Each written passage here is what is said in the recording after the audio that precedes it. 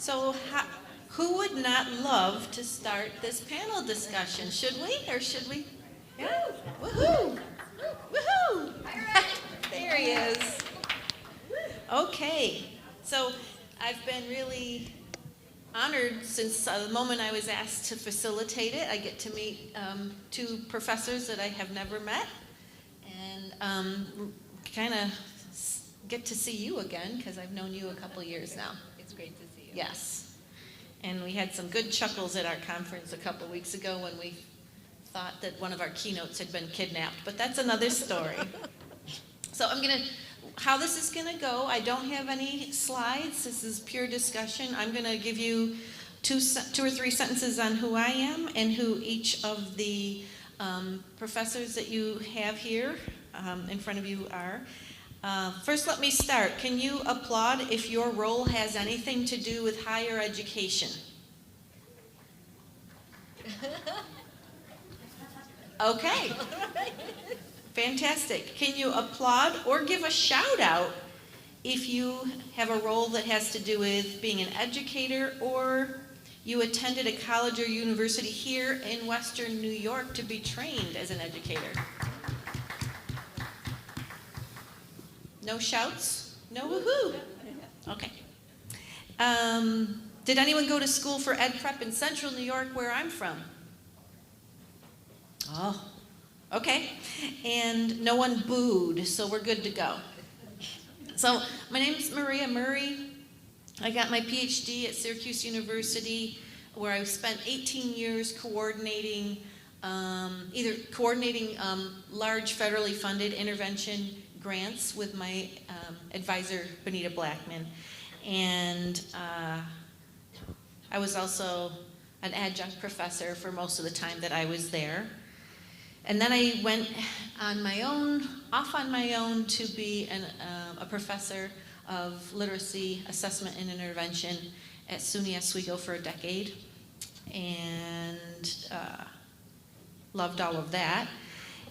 So I grew frustrated, though, that what I was teaching my students kind of went when they went and got hired in a balanced literacy district.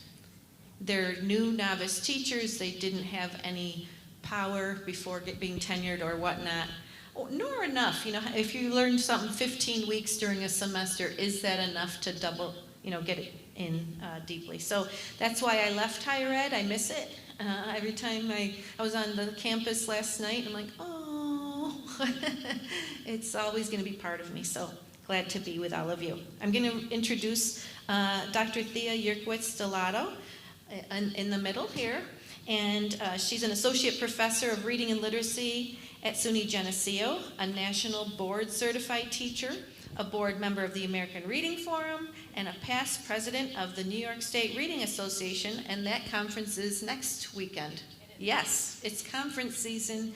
Her research includes supporting specialized literacy specialists as teacher leaders, that's important, and the preparation of teacher candidates as advocates of change. Perfect. John Strong, to her right, is an assistant professor of literacy education in the Graduate School of Education at the University of Buffalo, hometown guy right here. Author of many research articles and professional books on literacy instruction, associate editor of The Reading Teacher, the peer-reviewed Research to Practice Journal of ILA, the International Literacy Association. So we've got some people up here. And then Katie Pace-Miles is associate professor at Brooklyn College, not really Western New York, but welcome to this part of the opposite part of the state, a CUNY, City University of New York School. She completed her doctorate in Ed Psych with Dr. Linnea Airy, teaching and overseeing grad and undergrad courses in literacy and reading interventions. She's really passionate about researching orthographic mapping, high-frequency word learning, reading intervention, and literacy instruction grounded in the science of reading, and she's the co-founder and principal investigator of the CUNY, C-U-N-Y, Reading Corps, which does improve pre-service teacher training. Okay, shall we begin? Yeah. Okay, so we've done all of that fun. I'm going to turn, this is my slide deck. we're kind of low round.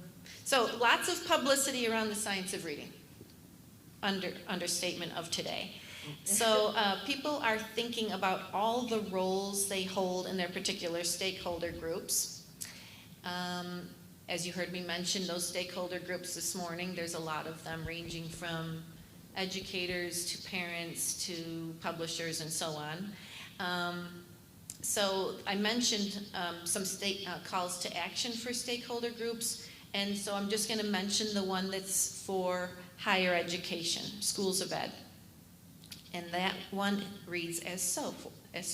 We call on schools of education to align coursework with the science of reading and foster interdisciplinary collaboration between professors of cognitive psychology, neuroscience, speech and language studies, linguistics, and other related fields.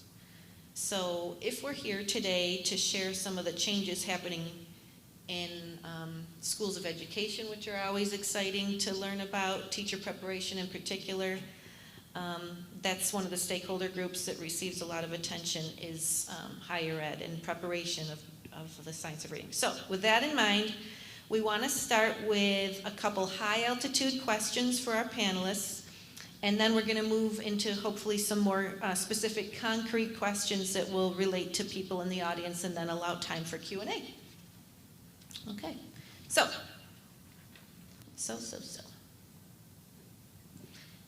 I don't like this common lament that people have always complained. You know it's coming, right? Why? I'm putting a little tone on it, some snark, because it always drove me crazy. Why aren't ed prep programs doing more to focus on SOR, and why have they ignored it until recently? So what is your typical response to that?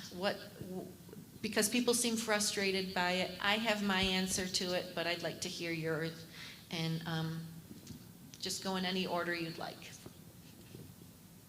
Who wants to go first?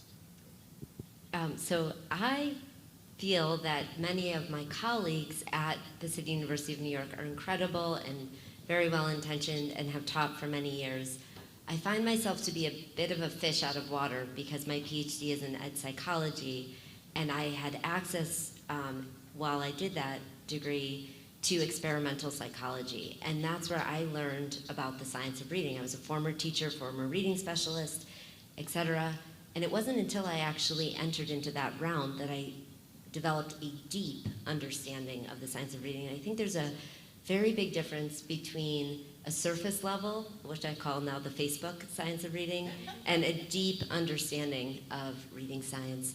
And so I think I am surrounded by very well-intentioned colleagues who are trying, but we are not in alignment. And I believe it's going, also, they are more in alignment with the state certification exams than I am, and they have more courses available to them to teach than I do. I have one course on the science of reading, and so I'm limited. And I can talk more about how I deal with that.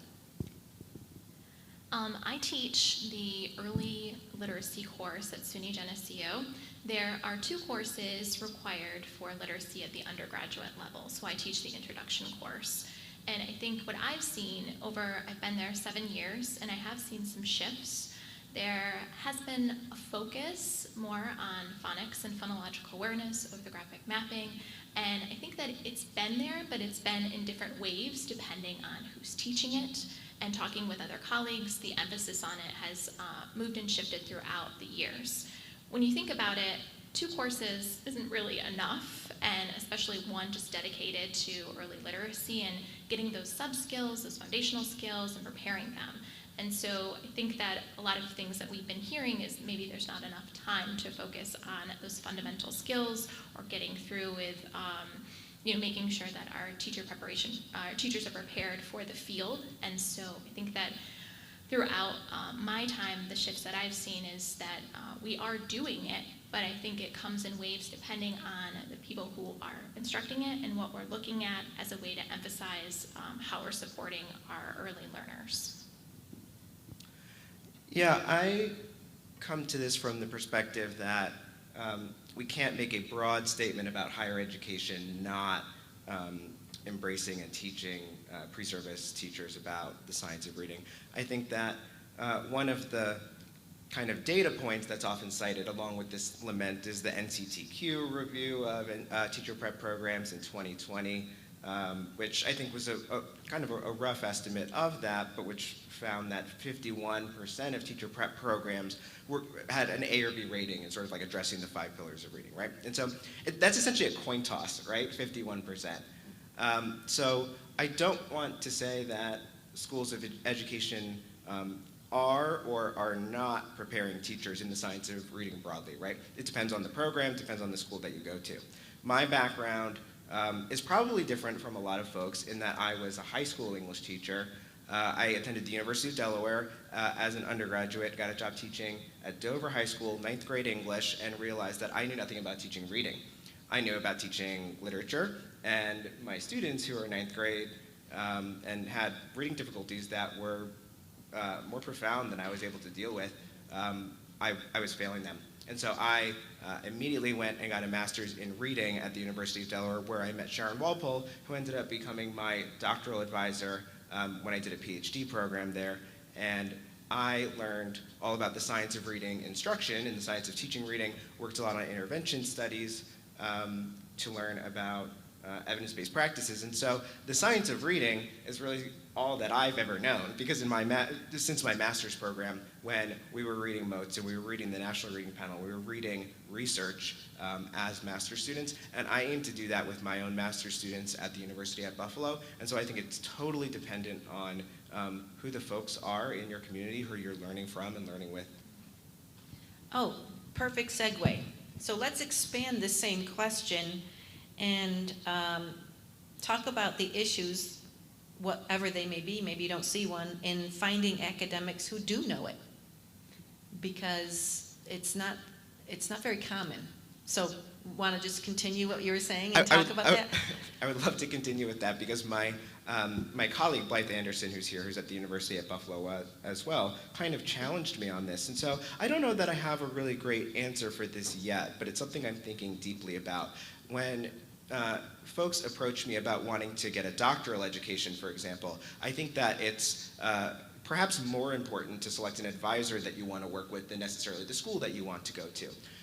Now, that's sort of the hidden curriculum that a lot of folks might not know, right? They don't know that that's something that is typically done, and even at the doctoral level, and so certainly not at the undergraduate or graduate level are potential applicants, future teachers researching, well, who are the faculty that I'll get to be working with. But I think that's really important, and I think that we need to find a way as a research community to clearly articulate programs that are aligned with research evidence and those which might not be.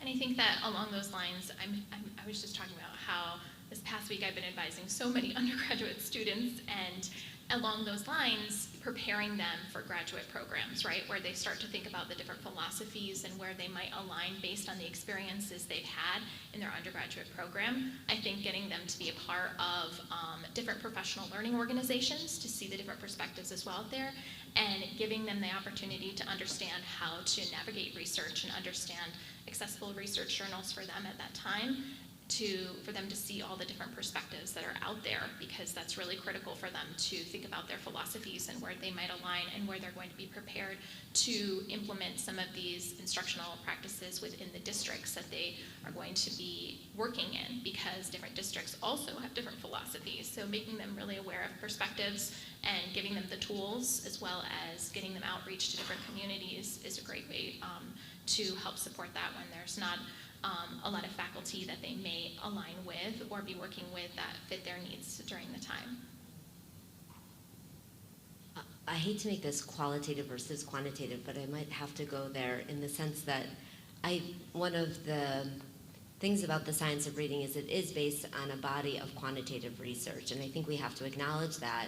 And that means that we need faculty members who are able to read really intense statistical analyses and then translate that to both doctoral masters and undergrads, and as we all know, there's that's great variability. And so there are plenty of colleagues out there for us, but I think we have to create communities of practice within the university. And Maria, I know you've been talking about this a lot, and we've talked about speech language pathologists are coming together with neuropsychologists, who are coming together with cognitive psychologists, who then come together with the schools of education. And we can really support school of education professors in digesting this research and figuring out how we translate it for our groups of students. So guess what? Another good segue. The issue of increasing rigor to involve more understanding of the science of reading. At Syracuse University, our chief academic officer, she had to leave, but she was working on her doctoral work when I was. She tells the story in that same video I showed a snippet of today, if you go to look at the roundtable, of how she learned about the science of reading in her doctoral work because there was an elective. She would not have even gotten any of it unless she had this elective.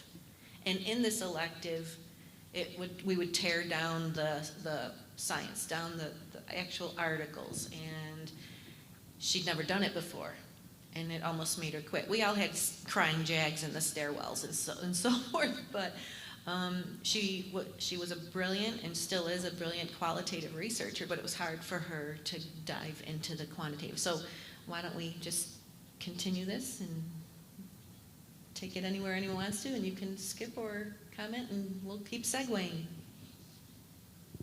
I'm happy to talk about this because this is something that I'm thinking about a lot. Working in a graduate school of education, I serve mostly master's and doctoral students, and I know that a lot of the focus today is on teacher preparation, but if we can talk about the sort of preparing folks to work in faculties of school of education, which is equally as important of a conversation, I think, when we're talking about the science of reading broadly.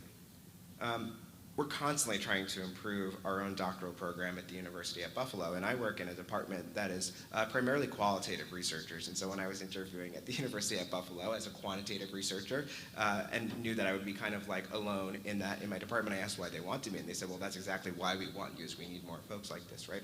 And so we're continuing to do that. But I think that in a doctoral program, it's important that people who will be faculty understand quantitative and qualitative research, because I don't want to suggest that one is inherently more valuable than the other. Different types of questions, different types of methods that can be asked. I'm almost exclusively a quantitative researcher, but I can read and understand qualitative research, and I think that it should go both ways for all faculty members working in a school of education. I think too, there's another piece of this is making sure that we think about higher ed in the sense that there are adjuncts, there are faculty who are full-time, there are those who may teach a course once a semester and then not again. We had just had a conversation, John and myself, about the constraints of academic freedom and being able to choose what text you use for your classes, especially at the undergraduate level, while we need to make sure that our students are looking at consistency across the board, but also there are those that go rogue. And what does that mean? Is that for the betterment of our students, or is it not helping them with what they need to prepare to be teacher educators in school? So I think that that's really critical for us to reflect on, and there's ways in which we could have those conversations, and I think coming to the table, even in situations like this today, we're able to talk across to see what other institutions are doing and having a way to think about commonality, but also the restraints that we have with our own institutions. And I hope people realize, maybe some in the audience don't, that teacher preparation programs exist at all levels. They exist at all kinds of colleges and universities, R1, research institutions, and so forth, and state schools and so forth. So the experiences are different. When I started at Oswego, we had, oh my gosh, I think 1,200 students in the School of Ed at the time. My department in curriculum instruction, we had 31 professors. it was just a massive program, 7 of which were literacy professors, and all coming from very varied different expertise areas. And philosophies, and there are different philosophies that compete against each other within a school of education and higher ed too. So that's also another barrier that people face in K-12 buildings, but it extends also to higher education. Excellent point, and an uncomfortable truth, because, and we're all nodding. No, I just think that's a great point. That's the world in which I live in. I think one of the ways I'm just going to ground this in what's happening at Brooklyn College. One of the ways we're dealing with this is just opening new courses and finding grant money to open new courses and finding scholarships for in-service teachers to come back to the university to take a new course that I just opened called Structured Literacy, and really making a kind of a way around there's one of me and many individuals who are not aligned with the science of reading, so I'm an individual that has to find a way kind of around the problem until I can build a community to walk through the problem together. And the other way we've done that is, Maria mentioned CUNY Reading Corps, and what we wound up doing in the midst of COVID is we trained up all of the undergrad and graduate students in my courses. It wound up being about 182 students in the depths of COVID, and we trained them in structured literacy interventions. And we reached out to the community, and this was part of their coursework. This was a requirement. And we sent these students direct to home virtually into students from around Brooklyn whose school buildings were closed. And COVID was as bad as it looked in the media. I lived through it in Brooklyn. And what we were able to do for our community in that time came back to the university in a really positive way. And so it's brought this message of science of reading more along the lines of structured literacy and literacy interventions, and I don't care what anyone calls it, just get the kids what they need and get the teachers the practice they need. And this was like this twofold thing where the community was getting what they need, and the pre-service teachers were really getting this training that was so powerful for them. We thought we were gonna end, we got through a bit of COVID, we thought we'd end, and it just grew. And last year we had 650 pre-service teachers trained. And now it's growing and growing. And I think that there's this obligation too for higher ed institutions, not just to live in the theoretical and in the research, but if we're dealing with pre-service teachers, it's gotta be the practice. So they have to have not just student teaching. As we know, they're executing on everything in student teaching, and we can't commandeer student teaching just to be about literacy. So in the literacy courses, I do think it's the opportunity to put this into practice in a really meaningful way that helps our communities. Maria, I don't want to jump ahead in your questions and things, but I want to comment because I'm really interested in that work with the CUNY Reading Corps. And we've been doing some similar work here in Buffalo at UB, albeit on a bit of a smaller scale right now. Since I mentioned my colleague Blythe Anderson, and so she teaches a lot of the early literacy courses. I actually teach adolescent literacy and assessment and a few other courses. But since she's been here, we've shifted, and I know the Bookworms literacy curriculum has gotten some attention in the discussion today, but there is one component that is a standalone differentiated foundational skills intervention that can be done independent of the other blocks of Bookworms. And so that's in a professional book, How to Plan Differentiated Reading Instruction. So all of our students in our early childhood and literacy programs read that text and they learn that. And we've actually been doing work out in schools where we're training our students to implement the intervention during summer reading interventions that we've been doing the past 2 summers. And so I think that moving beyond the kind of typical student teaching experience to something that is involving our teacher ed students in our own research to practice partnerships with schools where they can have an experience actually applying the foundational knowledge and the content knowledge to more kind of experiential, pedagogical, situated knowledge of actually implementing a reading intervention with support from university faculty who understand interventions and intervention research. And it takes a lot of work, and it sounds like your project is huge, so I really commend you for that. But we're trying to do similar things here as well. That is a lot of work, and I'm sure that the students involved in what you two have described are rating it as one of the best experiences they've had, and that they learned a ton. I guarantee you. I hope we can come back next year and maybe revisit as the same panel and update each other on what's happened. So I could talk about this all the time. I wanted to go into academic freedom and veteran professors, but let's keep moving. I wanted to talk about one more high altitude question, and that is the science of reading is a very white space. We saw that here today. We saw that in the Reading League's conference last week. We had 1,000 people and not many people of color. It's the same in higher education. It's a problem in education, period, whether I'm talking to audiences of speech language pathologists or whatever.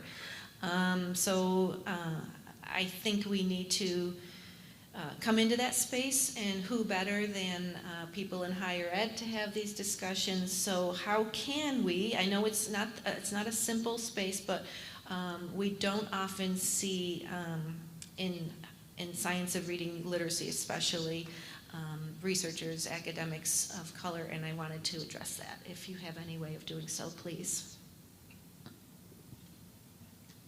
I'm in a different environment because in Brooklyn and at City University of New York, I'm very proud to say 68% of our students of education across City University of New York are students of color. And then I believe that leaves us with 32% are individuals that check the box white, but there's a large percentage of those students who are actually immigrant students who speak a language, their primary language is a language other than English, such as Polish or Russian, etc.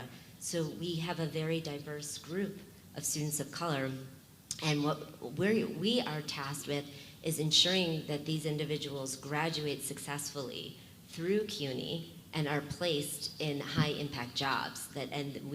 One of the ways that we've done this is through scholarship initiatives. A really simple example is the structured literacy course that I opened. I wrote a grant so that there were scholarships, so that this is not a required course, of course, because of accreditation, but I wanted to make sure that this large body of students of color at CUNY had the same opportunity to take this additional course as all of the other students, whether they are students of color or not. The other way that we've done this is, not to bring it back to the tutoring, but I think there's a really powerful way to give opportunities for high school students and for community college students. We've worked a lot in CUNY Reading Corps with community college students who have not yet declared English or education as their major, and we give them this great opportunity to tutor. And again, in New York, we have a lot of incredible racial and ethnic congruence between our tutors and the students that we're serving, and that is extremely powerful. And we've seen tutors then declare education as their major. Beautiful, beautiful. Yeah, and I think that we have the same situation in the sense that it's important for us to not only recruit BIPOC students, but also to retain our BIPOC students. And that is essential, especially in our School of Education. And that requires us to facilitate mentoring and creating allyship and making sure that they are supported in a sense that as they get to the end of their program, how does that program then extend? Do they continue on to graduate programs in our institution, or do they move forward? And I think that being a part of what they do on a daily basis is really critical in creating that community of practice where they feel safe, and cultivating that in School of Education is really critical. Thank you. I would like to highlight some of the work that we've been doing as a graduate school of education at the University at Buffalo under the leadership of our dean, Dr. Suzanne Rosenbluth. And I won't get into all of the initiatives, but I will say that GSE has become a much more diverse place, both in terms of faculty. We hired nearly a dozen faculty of color in the past 2 years in GSE alone. And the student body is becoming more diverse as well. One of those reasons, you may have read about this, it gets a lot of press, is the UB Teacher Residency Program, or UBTR, which is a grant-funded program led by another faculty member, Dr. Amanda Winklesass. And so that has really gotten a lot more diverse students working in schools in Buffalo Public Schools. And Also, at the doctoral level, a university-wide initiative called the Vital Scholars Program. We have visiting doctoral students of color come to work and receive mentorship and training. And so just 2 weeks ago, I was working with a doctoral student of color who's interested in fluency interventions. And so that was a really great experience for her to come and visit and to work with us, and for me as well, to work with her and learn from her. And so we, by all of these high-level, really targeted efforts to attract and retain and support students of color. Our students who we've had working in our summer programs, I will say, definitely reflect the diversity of the students that we're working with in Buffalo schools. Charter schools mostly in Buffalo that we're working with. Yeah, so I think it takes a lot of work, but from all levels of a school of education, it has to be part of the mission. You have to mean it. Thank you. It's something we're paying a lot of attention to at the Reading Lake, so more to come on that. Not watching what others are doing, but like how this can be addressed and faced. Okay, so let's get into some more of the concrete questions with more specifics of the nuts and bolts of all of this. So can you tell us a little bit how your particular programs are addressing instruction and structured literacy? If you've already covered it, you can pass it along and answer in another direction. Maybe particular classes, publications, texts, shifts in using particular items to instruct. Anything along that flavor is open here. I know personally at the undergraduate level that we have heard the buzz that the New York State certification exam has become very heavily weighted on phonics now, and a lot of the questions we have received feedback that our teacher candidates prepared for them and to answer these questions, but also thinking about, as we had mentioned before, not just understanding terminology, but using it in practice and creating more opportunities for field work and being placed out in the field. I know that because of the pandemic, we haven't been able to be out in the field, so we are going to see that lag. Some of our student teachers right now currently have not had any field placements since spring of 2020, and so we are going to see that shift come about. This is the first time my students have been in the schools implementing some of the lessons that they have designed around phonics skills and phonological awareness. So I think that there's going to be a shift, but since we are hearing that there's something going on in New York State, of more of an emphasis on the focus that we should be gearing in our early literacy courses, we're definitely addressing that in a way that's going to support them later on. Can I ask a follow-up question on that? Sure. So, I think I commend you guys on the work that you're doing, not only to prepare teachers, but also working with the community. That's hugely important. And I think you're being a little polite when you say that a lot of other schools are doing this work, because I actually don't get the sense that that's the case. In fact, if you talk to the teachers, the vast majority of them would say, I never learned anything about this, right? And so, and I don't know what the cause of that is, right? And so, I guess my question is, how can the teaching of the science of reading change? Is what's driving this today a function of state policy and what you need to get a certification? And so you have a lot of schools saying, all right, here are the courses I'm going to provide because this is what they need to be certified, and because the SOR is not included in that, it's not being included in most schools. Because again, I don't think that most schools are doing this. In fact, I think when we were having this conversation about this panel, we reached out to schools, every school in this area. Very few schools responded, very few universities responded. In fact, at one college, I'm not going to name the name, tell me we don't believe in this stuff. That's their quote. We do not believe in this stuff. So, so I guess my question is, how important is state policy in dictating what's taught at higher ed? And then, if that is important, dictating, what is the role of higher ed in influencing that state policy so that more teachers are trained in science? I'm sorry, I can't repeat it. I hope you heard it. So it was you heard it? Yeah. Okay. So I want to just take a step back a second and say that I understand that many teachers may have been in a program where they didn't learn the science of reading, and that maybe our experiences are different from many people's, right? I mean, you look at the science of reading, what I should have learned in college Facebook group and how many members there are, and, right? Like, so all of these things, and so I'm not denying the experience and the reality of that. I looked at the empirical research as well, right, on teacher preparation and content knowledge in reading. There were 2 articles in the special issue on the science of reading in Reading Research Quarterly on this topic, one by Laura Tortorelli and colleagues, and one by Alita Hudson and colleagues. And both of them reviewed all of the studies of teacher preparation programs that have been done and their impact on teachers' knowledge and also student outcomes, right? It may not surprise you, there's not a whole lot of research on this topic. There's a fair number of studies, but what these studies do show is that of the programs that were studied, we can effectively improve teachers' content knowledge, pedagogical knowledge, and there are very few studies that actually directly link that to improved student outcomes. So now that could be a problem with the research base, right? It could be selective, the universities and programs that were studied.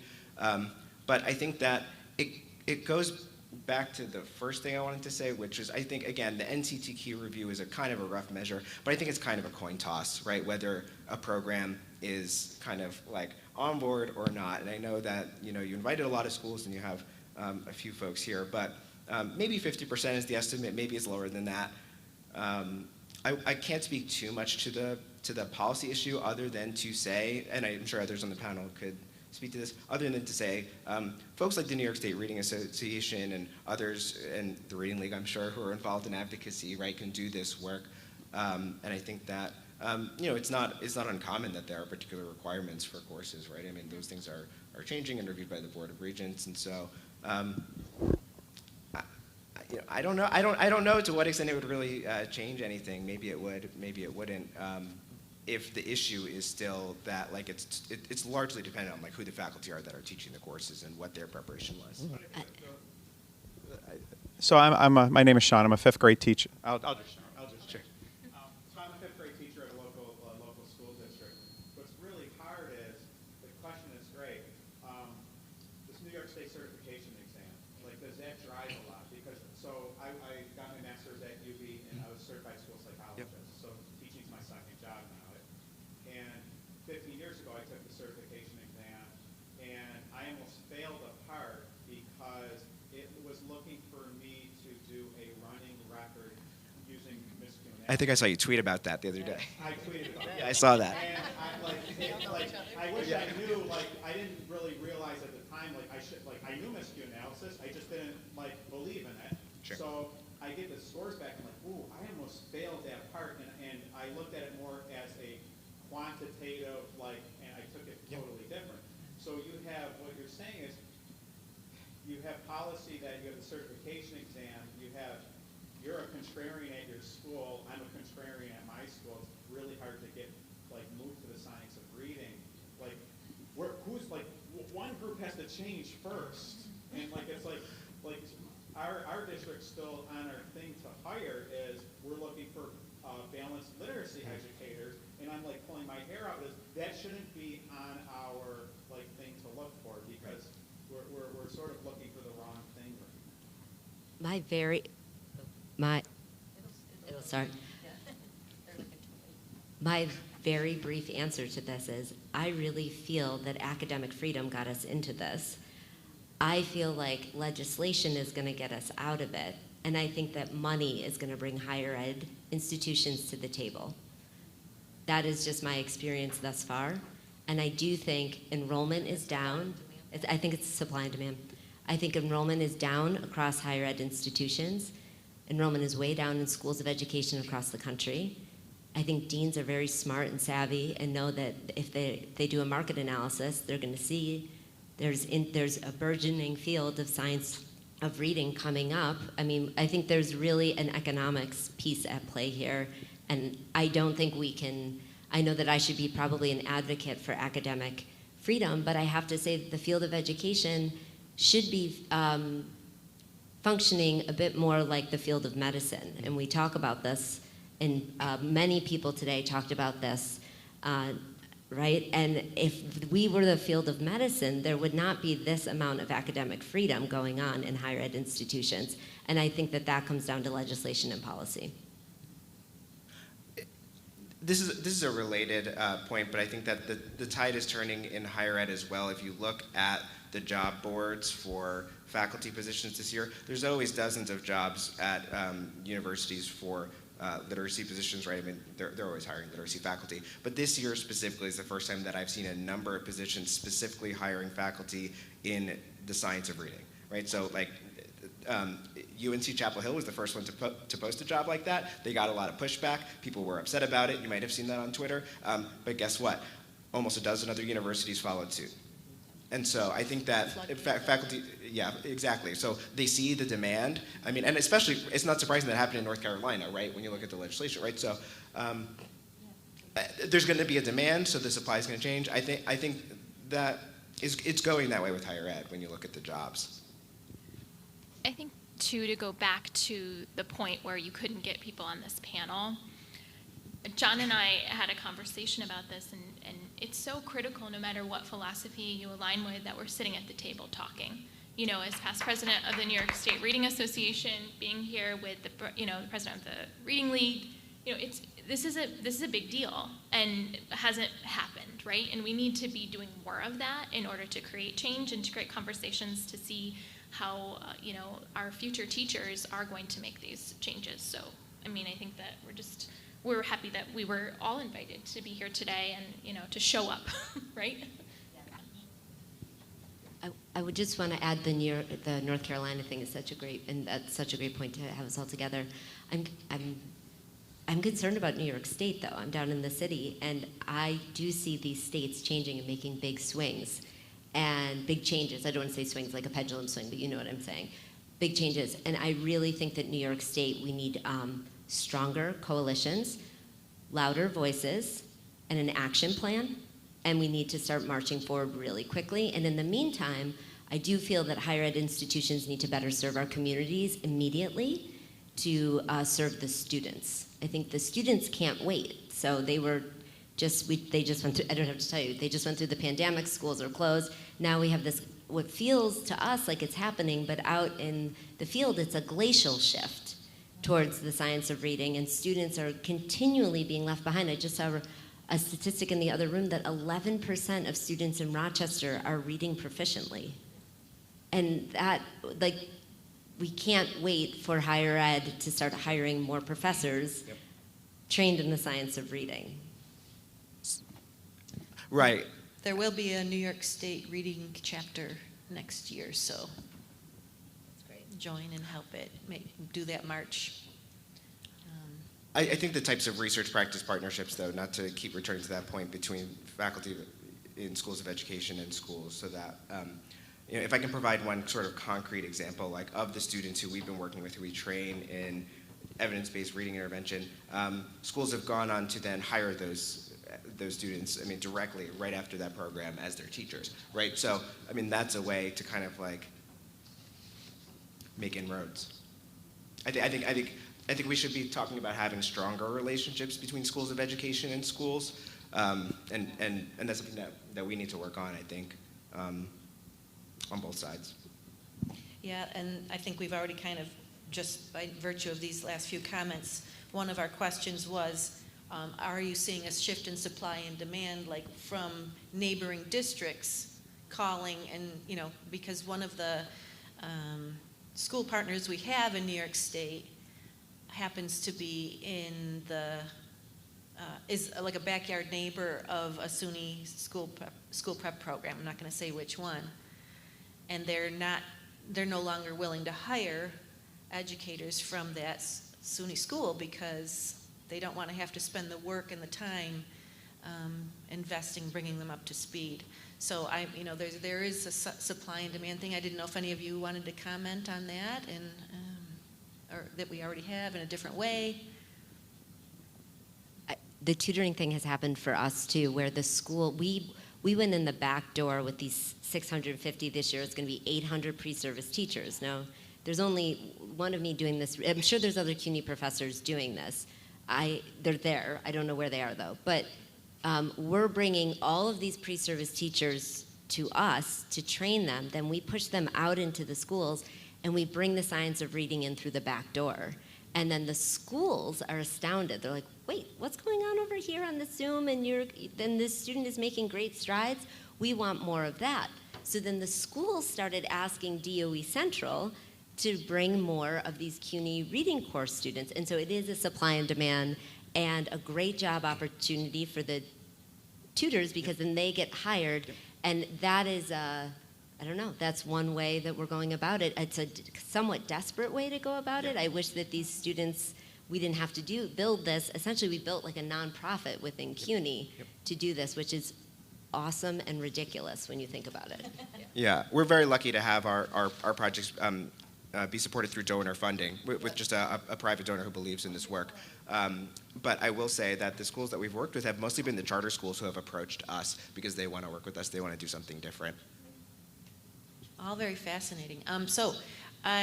We have about 10 or 15 minutes left, and I invited the panelists to come with a question for their fellow panelists if they would like. I don't know if anyone did. I did. Well, one of the key things that we've been talking about is movements of change. And so, my work and my research has really been in creating teacher advocates who are change makers. So knowing who the commissioner is of New York State. That's one of the first things I do in my early literacy course, is make sure they identify who is the U.S. Secretary of Education. These are key people that they need to know and understand in order to later on create movement, right? And I'm just curious to see what other institutions are doing in order to facilitate that change and to create teachers who are advocates.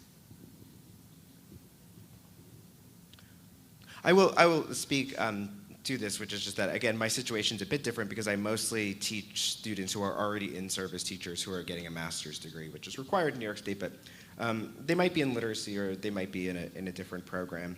But especially of the ones who are in literacy, time after time I hear from students who are kind of ready to move up into literacy coaching or instructional coaching or RTI coordinator positions or something like that in their school or district, where they take something directly that they read about and learned and practiced and applied in my class, and then it kind of ripples out, right? They got their grade level team on board, they got their school on board, so it's kind of grassroots change, but they're making change by directly applying what they're learning and reading about.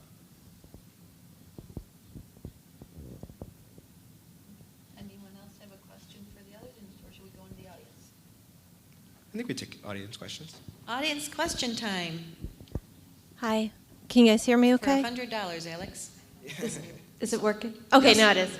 Hi. Thank you all. My question is, oh my gosh. Can you hear me okay without it? Yes. Thank you, because it's like echoing and throwing me off. It's very dangerous to only have like one option. And in my head, when I think of tutoring students, I think of, okay, 2 years minimum, OG. So I'm really excited to hear about going into communities and making progressive changes with really tutoring and kind of look at the science of reading in it. And that's so cool, so inspiring. But I'm wondering what that looks like. I haven't heard much of that. Sure. So the way we do this, there's 30 hours of field work that are a part of the undergrad and grad courses that I teach. And I'm sure you all out there in higher ed, you have something like, maybe it's 10, maybe it's 20 hours. And I talk with colleges around the country to say, whatever you have, what you could do is find an intervention program that has an airtight training. So there's 2 programs that we use. I'm affiliated with both the programs. I always want to acknowledge that. We use a program called Reading Rescue and a program I wrote called Reading Ready.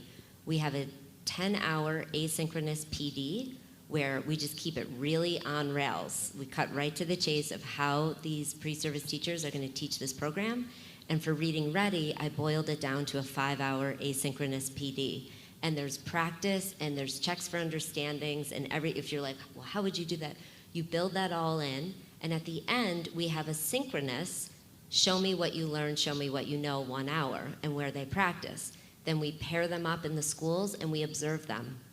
And we record their sessions, and we provide one observation with a fidelity checklist between their first and fifth session, another one if they need it, but no matter what, everyone gets a mandatory second observation at their 20th session.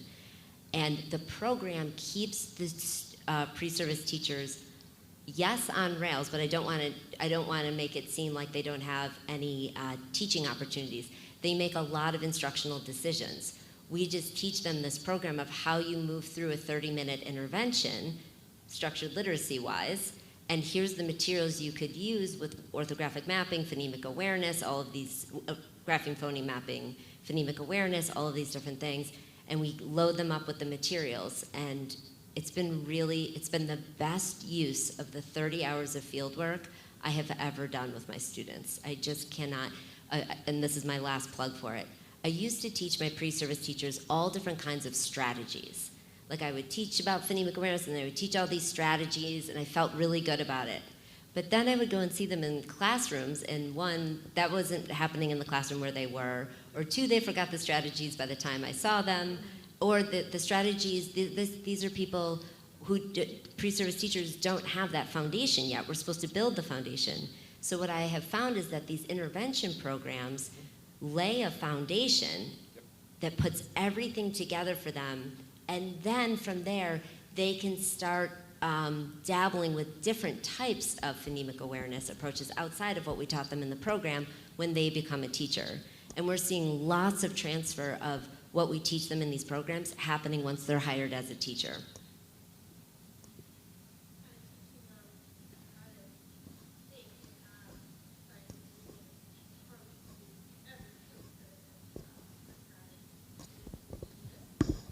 I think I'm actually going in the reverse. So I think what's interesting here is in my university courses, I teach the theory and the research and all of that. But in practice, I give them a program and I ask them to tutor for 20 sessions. And they go and they do that. So they're getting all of this theory, they're getting the practice, they're getting the coaching that goes along with it. And because all of that is happening together, I think I don't think, I have data that shows, as a quantitative researcher, and be careful what I say, I have evidence to show that this is making a difference in their own linguistic skills, their confidence in teaching, and we have obviously evidence of the improvements that these first and second graders made in the depths of COVID, being a part of this program, and they didn't have a master's level teacher. They had a pre-service teacher, maybe they had a community college student or whatnot doing this. So it's actually the reverse, where we give them a foundation, which is the intervention program, and then they go off of that. Whereas before in pre-service teaching, there was a lot of like, you were sitting in the back of a classroom, observing, doing low inference notes, and I scrapped all that. And I said, no, you're not gonna teach tier one first. You're not gonna teach tier one first. I'm not gonna put you and having you do a lesson plan with 20 students. You're not equipped for that yet. Let me first just have you teach one student how to read for 20, not how to read, but improve reading for 20 sessions. Now we have these pre-service teachers saying, well, now I think I could do a small group. And now they're running a small group. And then from there, I think they'll be much better equipped to do the I do, we do, you do, explicit systematic tier one instruction. But it's the reverse, I think, of how higher ed has thought of it before. I'm sorry. Absolutely, I agree 100%. I won't repeat everything that you said, but our experience has been very similar. Again, our approach is a little bit different in that our students are learning about, again, a very specific program. It's one with which I'm affiliated, the Walpole McKenna Differentiated Reading Instruction Program. But they learn that in their course, and they do that as part of their coursework. But then we actually hire and pay students to go out and do this tutoring work in schools. Training, observations, coaching, feedback, all of that. Yeah, I think it's a different way of thinking about it. Not just as coursework, but again, both of these are research to practice partnerships because we're researchers interested in finding ways to improve student outcomes, improve instructional practice. So these are, I think, really promising approaches. There are researchers all over the country who do intervention work, who could do work like this, and who are doing work like this. Okay, on that happy, positive note, I thank the audience for your questions. If you have more, come up and grab the people here quickly. Don't knock them over. Thank you. You knocked me over. It was fun to prepare with you. I hope when we come back for elephant year number 2, there will be an elephant here. I'd love to revisit this with if we're all here again, and stay in touch and join our community of practice. We need your voices in it. So, thank you, everybody. Thank you. Thank you, Taria.